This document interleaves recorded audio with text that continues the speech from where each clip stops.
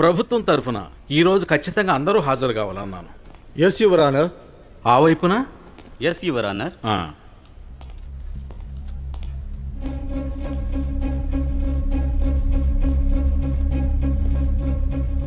నమస్కారం. ఇంత ఆలస్యం అవడానికి కారణం ఏంటి కలెక్టర్? ఆయన నేరస్తుడనే అనుకుందాం. అంత్యక్రియలు చేయకుండా ఆపడం మీకు న్యాయం అనిపిస్తుందా చెప్పండి? యువర్ ఆనర్, ఏ పౌరుడి ప్రధాన హక్కుల్ని అపహరించాలనేది గవర్నమెంట్ ఉద్దేశం కాదు. దుబాయ్ గవర్నమెంట్ ఈ బాడీకి సంబంధించిన కొట్లాట కేసు ప్రాథమిక దశలో ఉన్నందువల్ల వాళ్ళు ఇంకొంచెం టైం అడుగుతున్నారు.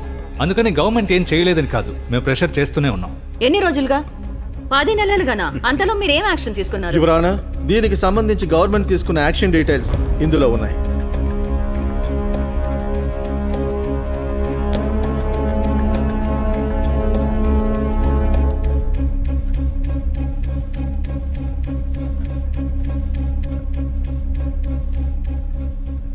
నా హస్బెండ్ బాడీని తిరిగి నాకు అప్పగించండి ఆవిడ ఈ కోర్టులో కేసు ఫైల్ చేసిన తరువాత రణసింగం మీద 6 కేసులు ఫైల్ చేశామని మీరు అంటున్నారు. ఇన్నాళ్ళు ఏ కేసు మీద మీరు ఎందుకు యాక్షన్ తీసుకోలేదు? అయ్యా, నీళ్లు కావాలని పోరాడారయ్యా. కోరిక మన్నించాక విఏఓ తహసీల్దార్ దాని గురించి ఏ కంప్లైంట్ ఇవ్వలేదయ్యా. అందువల్ల కేసు ప్రొసీడ్ అవ్వకుండా పెండింగ్ లోనే ఉందయ్యా. రణసింగాన్ని మీరే విదేశాలకు పంపించారా? సార్, సామాన్య ప్రజలు తమ హక్కుల కోసం పోరాడడం సహజం. ఆ పోరాటాన్ని ముందుండి జరిపించినందువల్ల అతను నేరస్తుడైపోడు. పోరాడినంత మాత్రాన సంఘ విద్రోహులు కారు కదా. మోరోవర్, ఒక వ్యక్తి చట్టానికి కట్టుబడి విదేశాలకు వెళ్లి పనిచేయడాన్ని ఒక కలెక్టర్గా అడ్డుపడకూడదు అనుకున్నాను. ఇక్కడ పోరాడిన ఒకరిని పట్టించుకోకుండా మీరు విదేశాలకు పంపించేశారు. ఆయన అక్కడికి వెళ్ళి పోరాడారు, కొట్లాట, చనిపోయారు. ఆయన వైఫ్ ఆయన బాడీ నాకు ఇప్పించనని ఇప్పుడు కేసు పెట్టారు. మన దేశం నుండి ఇలాంటి వ్యక్తి విదేశాలకు వెళితే ఆయన ఏం చేస్తున్నారు ఏంటని ఎవరైనా గమనిస్తూ ఉండొద్దు. అక్కడికి వెళ్ళి ఏదైనా పెద్ద క్రైమ్లో ఇన్వాల్వ్ అయితే ఎవరు బాధ్యత వహిస్తారు? మన దేశమే కదా. సరే, అది వదిలేయండి. ఇప్పుడు ఆయన వైఫ్కి మనం ఏం సమాధానం చెప్పాలి? మై లార్డ్, కేసు పూర్తి అయ్యేంత వరకు బాడీని పంపించలేమని Dubai minister of external affairs letter పంపింది. ఆ లెటర్ని మీకు ఆల్రెడీ సబ్మిట్ చేశాం. ఆవిడ హస్బెండ్ అక్కడ పోరాటంలో చనిపోలేదు, ఏదో యాక్సిడెంట్లో చనిపోయాడు. దాన్ని కప్పిపుచ్చడానికి ఈ ఆయిల్ కంపెనీ ఇలా నాటకం ఆడుతుందని ఆవిడ అంటున్నారే, దాని గురించి ఇండియన్ ఎంబసీ నుంచి ఎవరైనా వెళ్ళి వాళ్ళని ఎంక్వైరీ చేశారా? ఏదైనా రిపోర్ట్ సబ్మిట్ చేశారా? ఆయిల్ కంపెనీ తరఫు నుంచి ఎవరైనా ఇక్కడికి వచ్చారా? లేదు యువర్ ఆనర్, అది ఒక ఇంటర్నేషనల్ కంపెనీ. అందువల్ల ఇంటర్నేషనల్ కంపెనీ అయితే ఈ దేశ చట్టాన్ని కోర్టుని గౌరవించరా? నేరుగా వచ్చి హాజరై సమాధానం చెప్పరా? ఆయిల్ కంపెనీ వాళ్ళని ఎందుకు ఇండియాకి రప్పించలేదంటే వీళ్ళు చెప్పిన తేదీలో ఆ ఆయిల్ కంపెనీలో ఎలాంటి యాక్సిడెంట్ జరగలేదని దుబాయ్ పోలీస్, ఇండియన్ కమిషనరేట్, వాళ్ళ లేబర్ వెల్ఫేర్ డిపార్ట్మెంట్ అందరూ వెరిఫై చేసి చెప్పారు. చెప్పారంటే ఆ రిపోర్ట్ ఇక్కడ దాన్ని కోర్టులో ప్రొడ్యూస్ చేయండి సార్. మ్యామ్, అక్కడ కేసు అయిపోయాక బాడీ ఇండియాకి వచ్చేటప్పుడు రణసింగంకి సంబంధించిన పేపర్స్ అన్నీ వచ్చేస్తాయి. యువర్ ఆనర్, పోరాటం జరిగింది, కొట్లాట జరిగింది, అందులో చనిపోయాడని అంటున్నారు. అందుకు ఏం ఆధారం ఉంది? వీడియో ప్రూఫ్ ఉందా వాళ్ళ దగ్గర? బాడీని ఐడెంటిఫై చేయడానికి 10 నెలలు పడుతుందా? మిస్టర్ మాధవయ్య, ఇండియాలో పోరాడిన వ్యక్తి ఆ దేశంలో పోరాడరంటారా? ఇన్ ఎనీ కేస్ ఇరు దేశాల ప్రభుత్వాలు కలిసి కుట్రబనడానికి అక్యూజ్డ్ అంత పెద్ద వ్యక్తి? 2 గవర్నమెంట్లకి లాభం ఉందని నేను అనడం లేదు, కానీ ఆ ఆయిల్ కంపెనీకి ఖచ్చితంగా ఉంది యువర్ ఆనర్. అది తెలుసుకోవాలంటే ఆ కంపెనీ తాలూకు వెబ్సైట్లో వాళ్ళ ఇన్సూరెన్స్ పాలసీకి సంబంధించిన ఫుల్ డీటెయిల్స్ ఇందులో ఉన్నాయి యువర్ ఆనర్.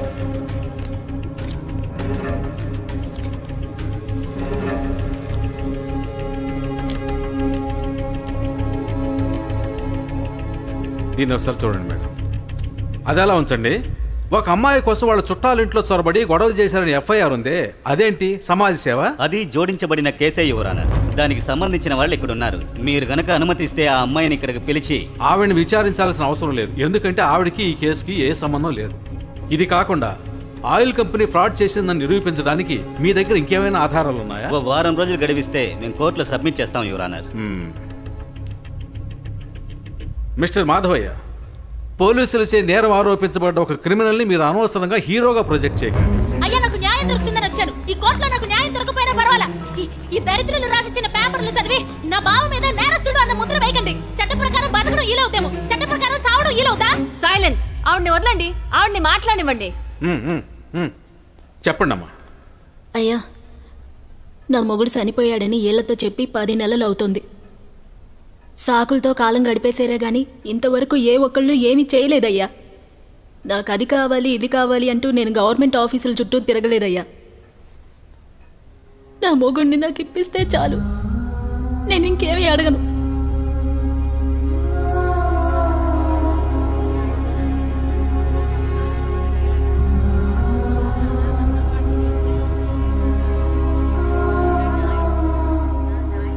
Judgement reserved.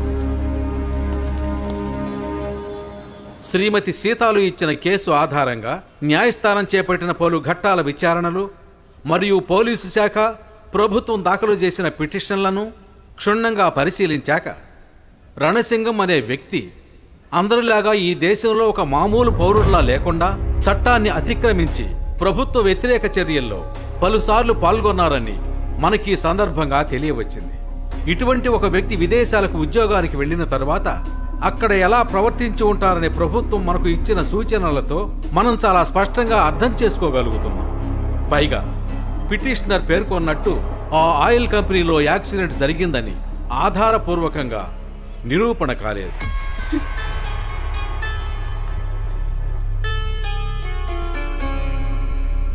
పైగా శ్రీ రణసింగం మృతదేహాన్ని ఇండియాకి తీసుకొచ్చే కేసులో జిల్లా కలెక్టర్ స్వయంగా ఇక్కడికి వచ్చి ఇచ్చిన వాంగ్మూలాన్ని స్వీకరించి ఈ న్యాయస్థానం ఇరు దేశాల ప్రభుత్వాల ప్రమేయం ఇందులో ఉన్నందువల్ల తదుపరి తీసుకోవలసిన చర్యలకు పిటిషనర్ ఆయా ప్రభుత్వ అధికారుల్ని సంప్రదించవలసిందిగా ఈ న్యాయస్థానం సూచిస్తోంది. పైన పేర్కొనబడిన కారణాల వల్ల పిటిషనర్ కోరికను నిరాకరించి ఈ న్యాయస్థానం ఈ కేసుని కొట్టివేస్తోంది.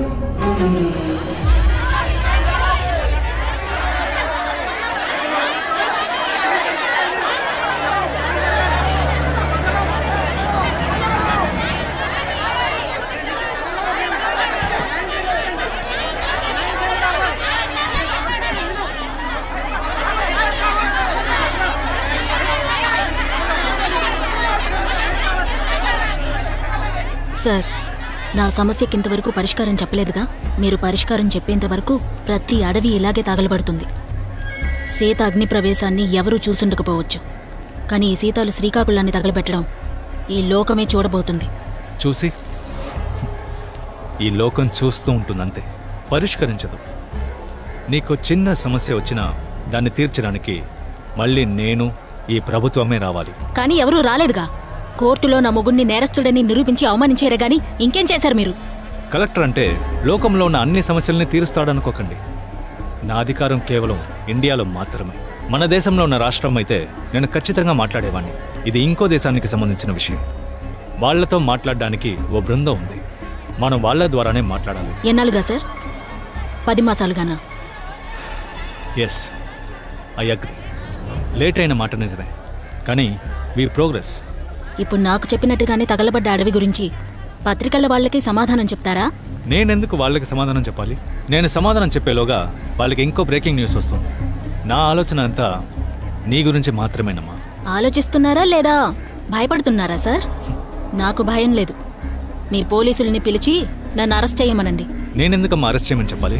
మీ ఊరోళ్ళతో నిజం చెప్తే చాలదా? ఈ తుమ్మ చెట్ల అడవి నాకు అక్కర్లేదు, దేశానికి అక్కర్లేదు, ఈ ప్రజలకి అక్కర్లేదు. నువ్వు కోపంతో చేసిన ఈ దేశానికి మంచే చేశావు. అందువల్ల జరిగిన సంఘటన గురించి నేను ఎవరితోనూ ఏ రోజు చెప్పను. ఎన్నో ఎకరాల ముళ్ళ తుమ్మ చెట్లు కాలి బూడిదైనందువల్ల వారి జీవనాధారం దెబ్బతిందని సీతాలు, కలెక్టర్ గారు నాకు రావాల్సిన ఇన్సూరెన్స్ డబ్బుని మా అత్త దగ్గర నుంచి ఇప్పించేశారు. ఇదంతా రణసింగం ఉండుంటే చేసేవాడు కదా. దాన్ని కలెక్టర్ రూపంలో వచ్చి చేశాడని నేను నమ్ముతున్నాను. ఇక జీవితంలో వాళ్ళ మొహం చూడకూడదనే టౌన్లోనే ఒక ఇల్లు తీసుకున్నానమ్మా. పక్కనే ఒక పెట్రోల్ బంక్లో పనికిపోతున్నాను. నువ్వు టౌన్కి వస్తే ఓసారి ఇంటికి వచ్చి వెళ్ళు. అలాగే అక్క. నటి శ్రీదేవి అకాల మరణం. Breaking news. ఇప్పుడే అందిన తాజా వార్త. ప్రముఖ నటి శ్రీదేవి దుబాయ్ లో ఈ రోజు మరణించారు. వారి వయసు 54. బాల నటిగా తమిళ సినిమాలో పరిచయమై దక్షిణ భారతదేశంలో మాత్రమే కాకుండా బాలీవుడ్ లో కూడా తనదంటూ ఓ ముద్ర వేశారు నటి శ్రీదేవి. వారి మరణం భారత చలనచిత్ర పరిశ్రమకి తీరని లోటని ప్రధానమంత్రి తెలిపారు.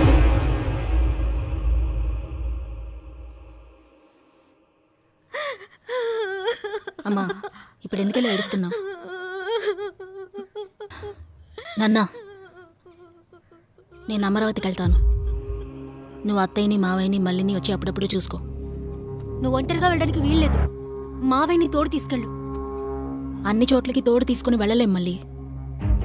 ఏదో ఒక నాటికి ఒంటరిగా వెళ్ళి తీరాల్సిందే. నేను వెళ్తాను. అత్తయ్య వచ్చేసాను అత్తయ్య. ఇప్పుడు ఎందుకు ఏడుస్తున్నారు? నేను చూసుకుంటానులేండి. ఇక్కడున్న వాళ్ళు మనుషులే కదా. నేను తర్వాత మాట్లాడతాను. జాగ్రత్త తల్లి.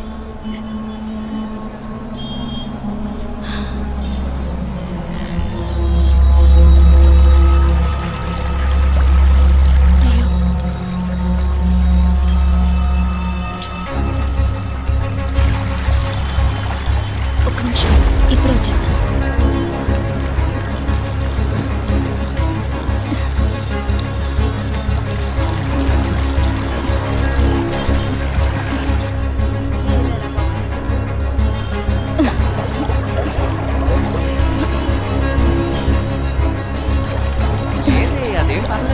నేను ఆఫీస్కి ఫోన్ చేస్తాను.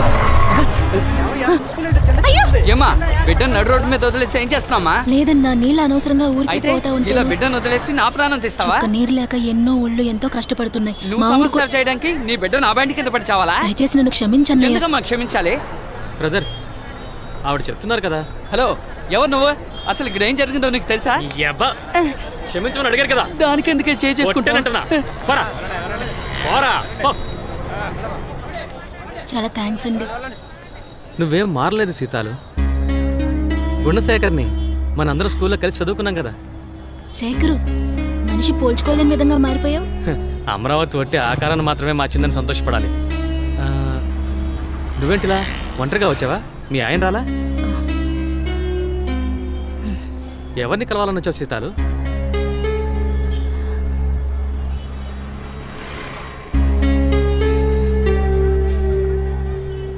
సరే కానిలే, నువ్వు పద. ఈ పక్కనే రైతు బజార్లో మా ఆవిడ పూల వ్యాపారం చేస్తుంది. తను మారు కలిసి అలాగే ఇంటికి వెళ్ళొద్దాం పద. సీతాలు, నాన్న ఎలా ఉన్నారు? నిన్నే, మీ నాన్న ఎలా ఉన్నారు? బాగున్నారు. రా మీనా, ఈవిడ పేరు సీతాలు, మా బంధువుల అమ్మాయి, శ్రీకాకుళం నుంచి వచ్చింది. ఓ అలాగా. మీనా నా వైఫ్. రామ్మా, పూలు తీసుకో. పూలన్నీ ఉదయాన్నే వచ్చాయి. ఒక మూర ఇమ్మంటావా, 2 మూరలు ఇమ్మంటావా? వసే, నీ దగ్గర పూలు కొనడానికి ఆమెను తీసుకొచ్చాను. మరెందుకు? నేను తను చిన్నప్పుడు కలిసి చదువుకున్నామే. వచ్చినప్పటి నుంచి మొహం అదలా పెట్టుకుంది. ఏంటో తెలియట్లేదు. నీతో పాటు ఇంటికి తీసుకెళ్ళి నేను వచ్చాక మాట్లాడుకుందాం. నేను ఇంటికి వెళ్ళిపోతే పూలు అమ్మేదెవరు? తీసుకెళ్ళవే, చెప్తున్నాను కదా. రామ్మా వెళ్దాం. వెళ్ళు సీతాలు. వద్దులే శేఖరు, ఇక్కడికి పని మీద వచ్చా. 10 గంటలకు ఆఫీస్ తెరుస్తారు. ఆ పని చూసుకుని అలాగే వెళ్ళిపోతా. 10 గంటలకా? సరే, నువ్వు ఇంటికి వెళ్ళి స్నానం చేసి రెడీ అయ్యారా. ఎక్కడికి వెళ్ళాలి వెళ్దాంలే.